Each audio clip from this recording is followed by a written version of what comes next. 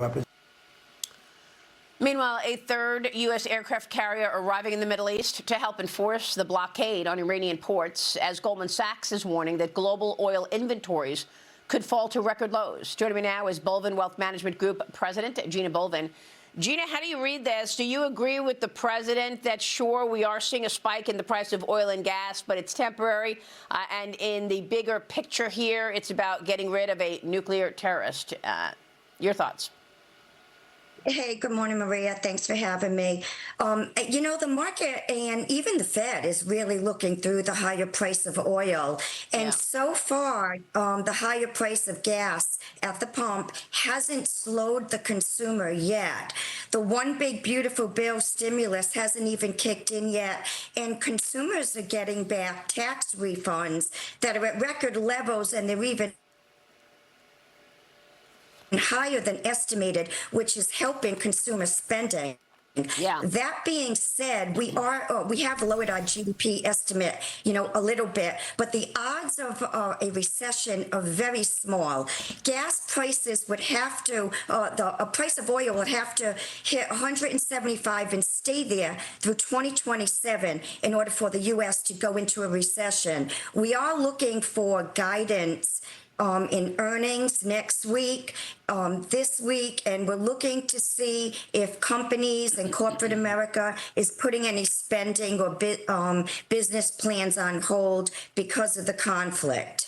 Yeah, that's certainly something we're watching as well. But I agree that markets have looked through this. Look at these numbers. The Dow Industrial's up 9% since the end of March. The Nasdaq is up 16.6% since the end of March, and the S&P 500 higher by 11 2/3% since March 30th. Would you be buying stocks here after this big run-up?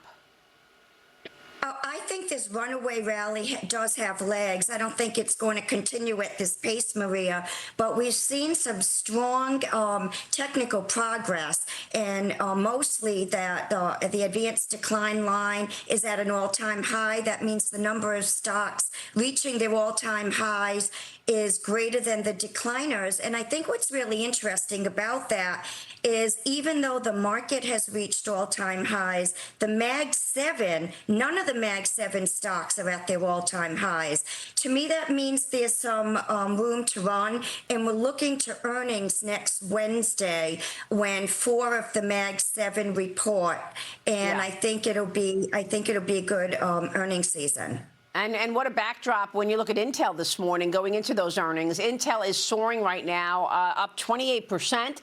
It had a big beat on the quarterly numbers and a strong outlook, revenue topping expectations and showing signs of a turnaround.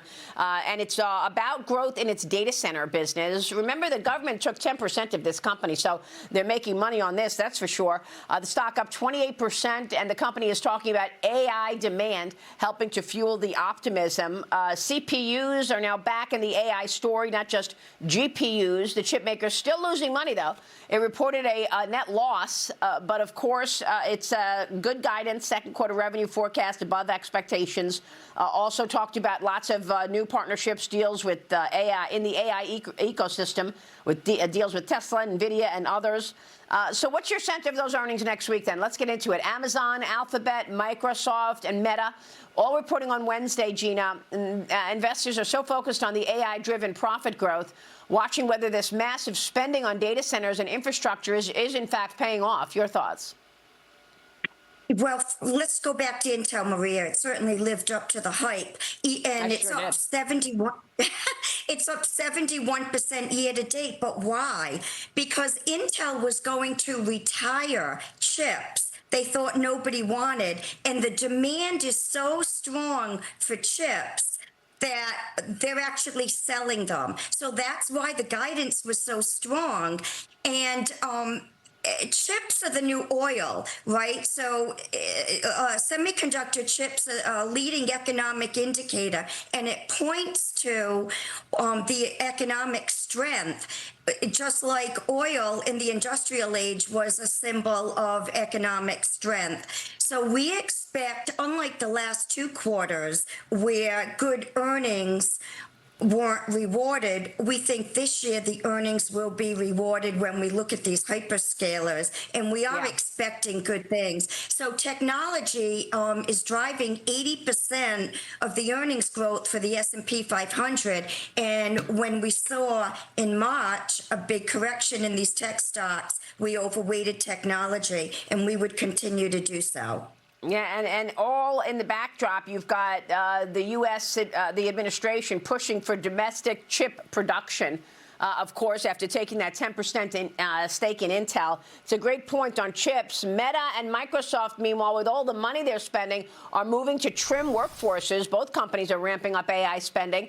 Meta reportedly planning to cut 10% of its staff. That's 8,000 jobs, while also freezing thousands of open roles. Microsoft offering voluntary buyouts to around 7% of its U.S. workforce. The one-time retirement program will be open to employees at the senior director level and below, whose years of employment and age add up to 70 or more. We spoke with the president of Meta and the president of Microsoft this week. Watch this. People are worried that AI is going to replace their jobs. You've got lots of plans and you've got small business opportunities, but how do you resize the companies when you're spending all that money, $600 billion, on compute capacity, when perhaps there's probably low-hanging fruit to actually resize the business and do job cuts the way others are? I remain optimistic that there are going to be new roles, that more small businesses are going to be created. We're seeing numbers today that a lot of people who may not have thought about starting a business or becoming an entrepreneur are taking things a little bit in their own hands and, in fact, using AI to build these small businesses. And so I do think there's worry, but I think we have to be a little more proactive, Maria, about talking about the opportunity as well and making sure that people are AI literate.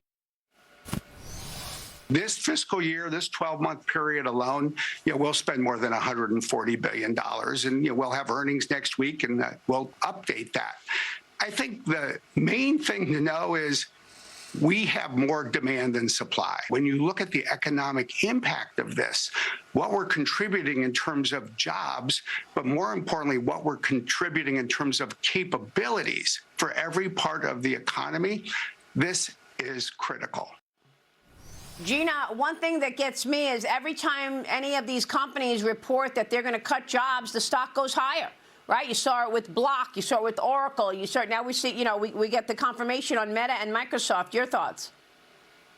Well, profit protection, right? I mean, I think it's interesting that they make this announcement right before earnings next Wednesday.